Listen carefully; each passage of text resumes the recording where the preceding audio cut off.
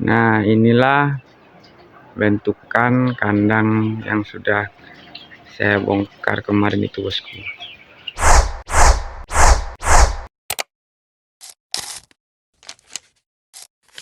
Assalamualaikum warahmatullahi wabarakatuh, bosku. Kembali lagi dengan saya Petra Honor. Gimana kabarnya, bosku? Semoga bosku semua dalam keadaan sehat. Adapun yang sakit, semoga penyakitnya cepat diangkat dan sembuh, bosku. Amin ya rabbal alamin.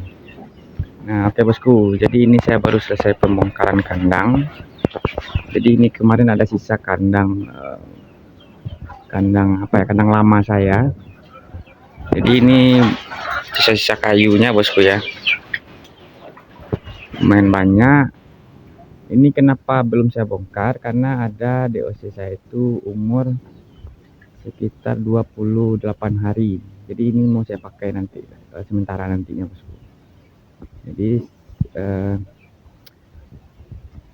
itu ketika tukang kerja 3 hari nanti baru ini kita pindah ke dalam.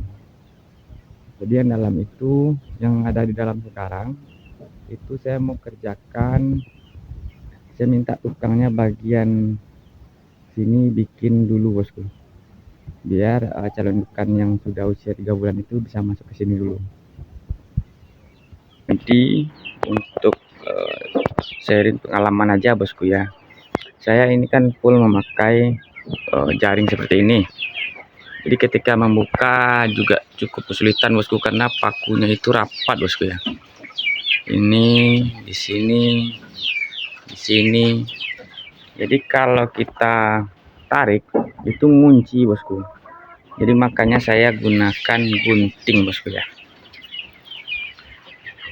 Jadi kita gunting dulu bagian atasnya, bagian bawah, buka dulu, baru kayunya terakhir, bosku.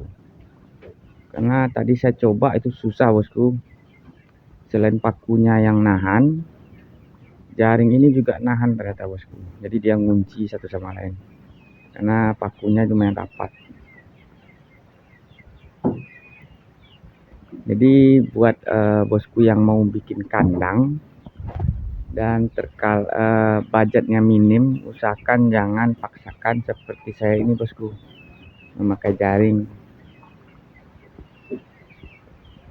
Dan di bagian pintu kalau bisa itu jangan pakai jaring, bosku, karena ketika kita kasih makan si ayam itu kan lapar, jadi dia nabrak ke pintu itu. Jadi kalau saran saya mau makai jaring itu bisa, tapi bagian atasnya aja, bosku, nggak ditinggikan dari bagian bawah. Jadi bagian bawah itu bisa gunakan bambu, bosku. Tapi kelemahannya itu debunya itu nempel, bosku, susah untuk membersihkannya.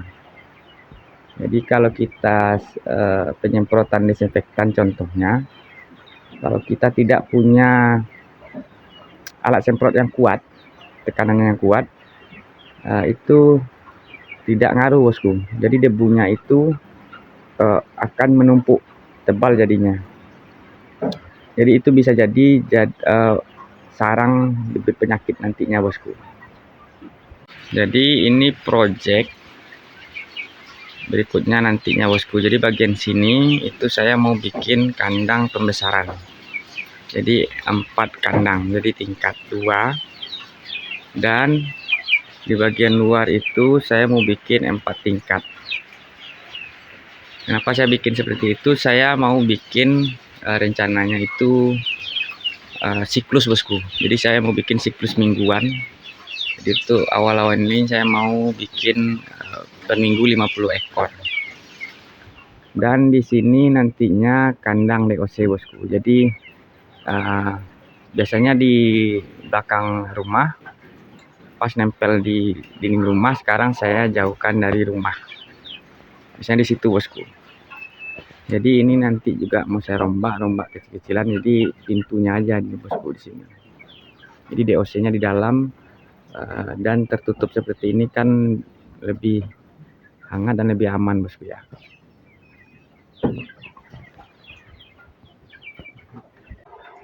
Nah, inilah bentukan kandang yang sudah saya bongkar kemarin itu bosku.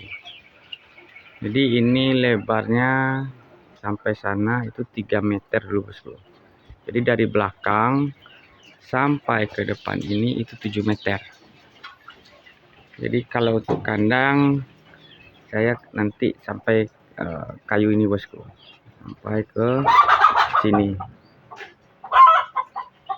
Jadi untuk bagian sana itu memang sengaja saya los untuk kandang pembesaran. Ya lumayan bosku menghemat biaya tukang nantinya pas ketika merehab atau merenovasi bagian sana, karena bagian sana masih rendah dan cahaya matahari tidak masuk bosku. Jadi masuknya bagian sana aja, bagian sini itu gelap bosku.